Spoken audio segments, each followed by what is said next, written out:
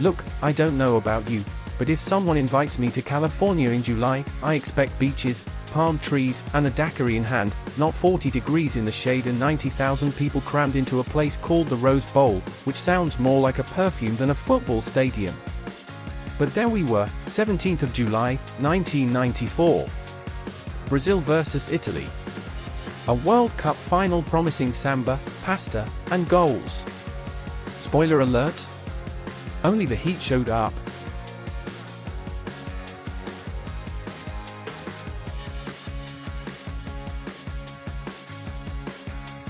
The '94 World Cup was like taking your nan to Tomorrowland.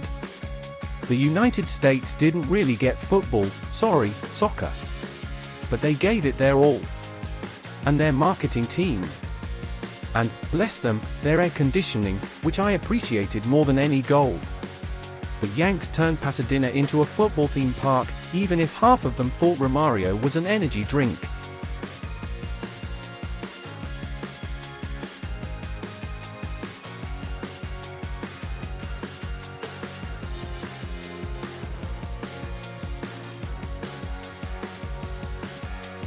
Brazil came to the final like an ex trying to prove they'd changed. 3 trophies already, but none in 24 years. The whole country was so tense that even the garotas stopped dancing at Carnival to watch the matches. Romario, Bebeto, and Dunga were the new legends. Though Dunga looked more like a toll booth operator than a team captain. Still, he led with that "don't mess with me" face.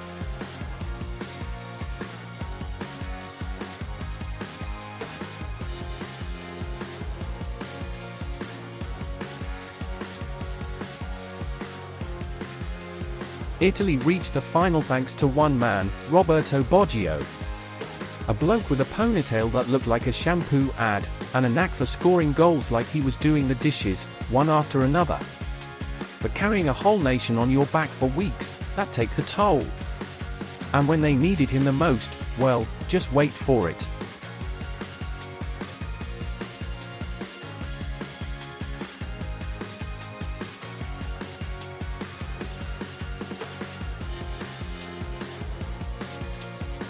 "90 minutes. 0-0. Extra time. Still 0-0. Not a spark, not a screamer, not even a half-decent tantrum. It was like watching your in-laws play chess in slow motion. The highlight? A Romario shot that hit the post, and a pigeon that flew onto the pitch. Honestly, if that's not football poetry, I don't know what is.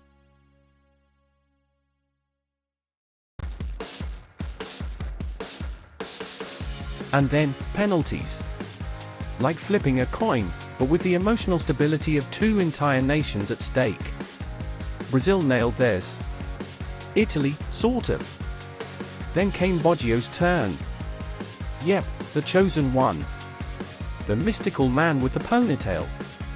He ran, he shot, and blasted it into orbit. If NASA had a satellite nearby, they probably had to swerve it.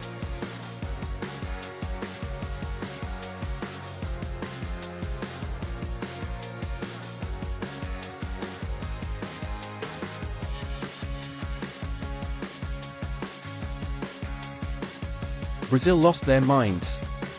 Romario was crying like someone had deleted his save file.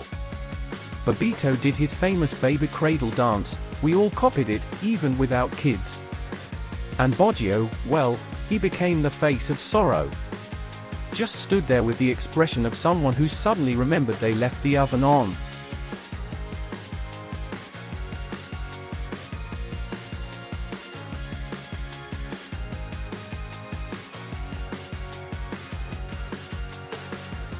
Did you know Madonna went to the final? And the mascot was a dog called Striker, wearing a football shirt. It was also American, the only thing missing was Mickey Mouse refereeing. Also, it was the first final ever decided on penalties. A drama fit for Hollywood, just without the happy ending, for Italy, at least.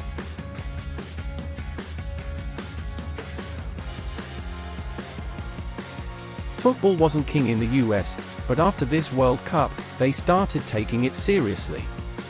MLS was born, academies popped up, and even the Americans now say, goal, without sounding like they're summoning a goal. Funny thing is, loads of people still remember that final, without ever really understanding the offside rule. Life's little mysteries.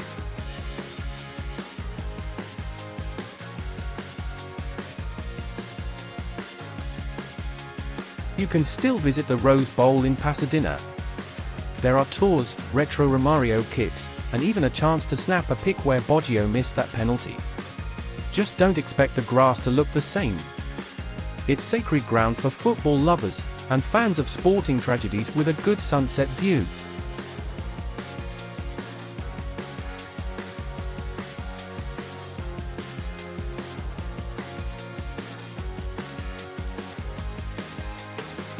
We learned that football can be boring, but it's never dull. That heroes miss. And that if you're in a stadium under 40 degrees Celsius, bring water. We also learned that the US doesn't need to understand football to organize it like a Super Bowl, just swap the odd-shaped ball for a round one.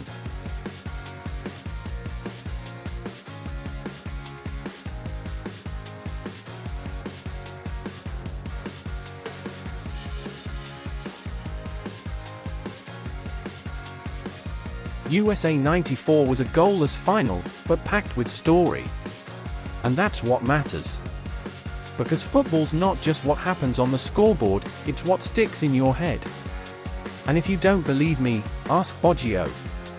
Actually, no, don't. Bit of a sore subject.